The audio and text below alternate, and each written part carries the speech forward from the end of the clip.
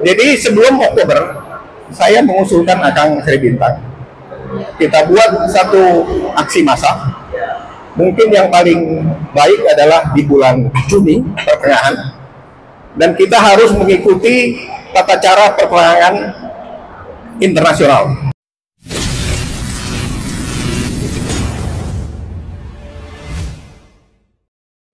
Pada tanggal 10 Mei tahun 2024 silam sejumlah tokoh nasional dan aktivis yang bergabung dengan Hizbullah Indonesia menghadiri pembukaan Cafe Bintang di Jalan Letjen Suprapto, Jakarta Pusat.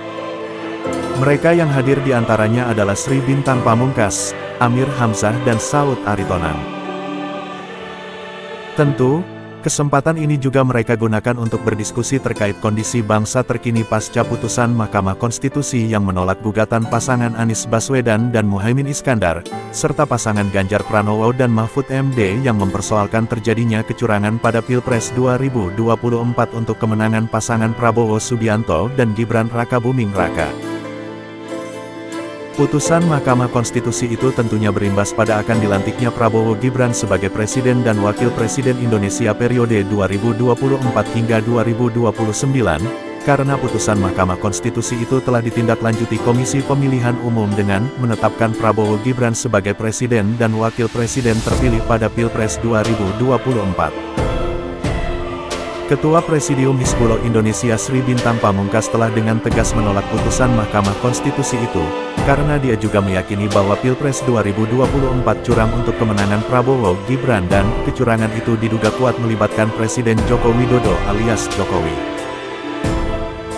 Lebih jauh dari itu, Sri Bintang juga menolak penetapan Komisi Pemilihan Umum, karena meyakini bahwa di belakang pemerintahan Prabowo Gibran adalah Jokowi. Karena Jokowi bukan hanya diduga terlibat dalam kecurangan itu, tetapi juga karena Gibran adalah anak sulung Jokowi, sehingga pemerintahan Prabowo Gibran setelah keduanya dilantik pada Oktober tahun 2024 tidak akan clear dari campur tangan Jokowi.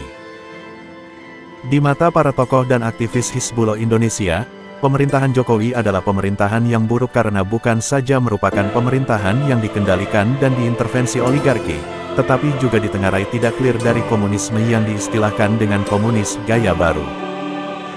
Pemerintahan Jokowi yang diduga dikendalikan dan diintervensi oligarki, membuat kebijakan-kebijakan Jokowi cenderung merugikan rakyat sebagaimana tercermin dari penerbitan Omnibus Law Undang-Undang Cipta Kerja dan Omnibus Law Undang-Undang Kesehatan serta Undang-Undang Minerba.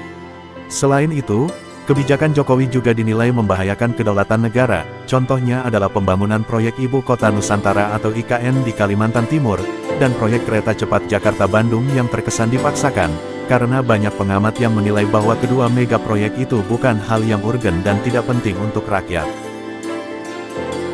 Sebab, kedua mega proyek itu dibangun dengan utang dari Cina dengan nilai ratusan triliun rupiah, sehingga dengan pertumbuhan ekonomi yang mentok di angka 5%-an, sementara proyek-proyek infrastruktur yang lain juga dibiayai dengan utang, sehingga dengan utang yang telah mencapai 8.000 triliun lebih pada awal 2024, Indonesia berpotensi tak mampu mengembalikan utang tersebut. Jika Indonesia mengalami gagal bayar atas utang-utang itu, Indonesia berpotensi bernasib seperti Sri Lanka, di mana proyek pelabuhan utama di Sri Lanka yang dibiayai dengan utang dari Cina dan tidak dapat dibayar, diambil alih oleh Cina dan dikuasai negara itu. Menurut Sri Bintang, pangkal semua ini adalah amandemen Undang-Undang Dasar 1945 yang melahirkan Undang-Undang Dasar 2002, karena amandemen itu menghilangkan Pancasila dari undang-undang tersebut, dan mengubah Indonesia menjadi negara liberal kapitalis. Dan praktek dari undang-undang itu membuat Indonesia makin jauh dari cita-cita para pendiri bangsa yang tercantum dalam pembukaan Undang-Undang Dasar 1945. Sri Bintang bahkan tegas mengatakan, Hizbullah Indonesia akan berkonfrontasi dengan rezim Prabowo dan dengan Jokowi yang berada di belakangnya. Mungkin teman-teman juga sudah memahami dan sudah mengerti betul, dan banyak para aktivis-aktivis yang sudah berbicara tentang inkonstitusionalisasi yang terjadi. Seperti misalnya yang paling jelas adalah dari teman kita Faisal Basri, dari Refli Harun, dan lain-lain. Mungkin Antoni Budiawan, tetapi yang mereka melihat prakteknya. Tetapi dalam konteks keseluruhan seperti yang terjadi di bangsa dan negara ini, jelas seperti yang dikatakan oleh Akang Sri Bintang Pamungkas, bahwa keberadaan kebangsaan dan kenegaraan kita memang sudah jauh melenceng. Dan gerakan-gerakan yang terpola untuk melakukan suatu perlawanan, itu juga semua adalah perlawanan barter. Kalau saya dapat ini, maka saya harus dapat ini. Kalau saya berikan ini, maka saya berikan ini. Saya sudah ketemu dengan teman-teman di lapisan bawah yang akhir adalah 1 Mei kemarin. Mereka tidak bisa lagi menggambarkan situasi.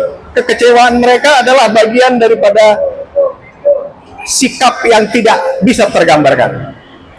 Karena mereka menganggap isu yang dilontarkan tidak sesuai dengan tokoh yang membicarakannya. Sehingga semuanya, apalagi di televisi, di media-media lain, semua sudah masalah kompromi tentang saya ikut, saya bisa ikut, saya ikut, saya bisa ikut. Jadi sudah ambruk semua moral kebangsaan dan kenegaraan.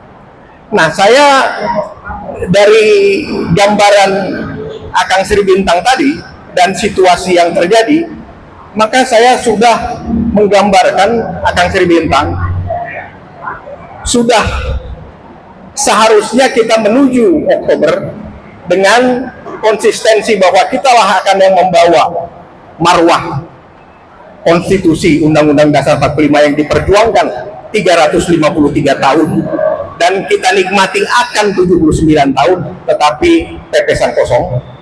Maka kita sudah harus bergerak, dan saya yakin rakyat memang sedang menunggu siapa tokoh yang akan di depan. Dan ini akan terjadi begitu saja, karena kalau menurut agama itu katanya rahmatan lillahi. Jadi begitu ada tokoh yang muncul, akan terjadi. Jadi menuju pada pergantian tongkat estafet para curang-curang ini, maka sudah seharusnya Akang Sri Bintang membentuk suatu komponen pemerintahan transisi, dan kita tidak lagi bisa mengharapkan gerakan massa ini pergi ke DPR seperti tahun 98, tidak. Karena kita lihat pada saat masyarakat mengejar angket, ketua DPR-nya pergi ke Women International Parliament Conference. Itu udah nggak benar. Jadi mereka pura-pura. Ini namanya kompromi and theatrical kelas langitan kalau kata Gus Dur. Jadi sebelum Oktober, saya mengusulkan Akang Sri Bintang, kita buat satu aksi massa. Mungkin yang paling baik adalah di bulan Juni pertengahan, dan kita harus mengikuti tata cara peperangan internasional. Tata cara peperangan internasional adalah Hamas tidak menyerang Tel Aviv dengan misil-misilnya yang 3.000. Dia 1 minggu sebelumnya dia udah bilang, saya akan serang kamu. Israel menyerang jalur Gaza, dia tidak sembarangan menyerang, tapi dia bilang saya akan habiskan kamu 1 minggu ini. Iran menyerang Tel Aviv, dia juga ngomong seminggu, saya akan balas kamu terhadap kedutaan saya yang ada di Yordan. Maka dia, jadi semuanya ada. Putin sendiri bilang ke Zelensky, saya akan sikat Anda minggu depan. Jadi semuanya begitu. Jadi kita akan Sri Bintang, kita juga akan memberikan informasi kepada teman-teman supaya dia tahu kita bergerak. Juni tanggal sekian kita bergerak. Tujuannya adalah mendirikan pemerintahan transisi untuk menyelamatkan Indonesia melalui konstitusi yang tidak pernah dilakukan secara murni dan konsekuen. Jadi saya pikir kita tidak perlu analisa lagi.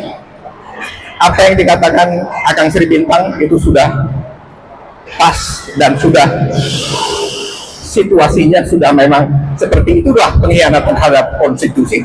Kalau praktek-praktek ekonomi sudah dijelaskan oleh Faisal Basri, oleh Antoni Budiawan, oleh Rizal Ramli pada saat dia masih hidup, dan yang lain-lainnya. Semua sudah secara praktik ekonomi.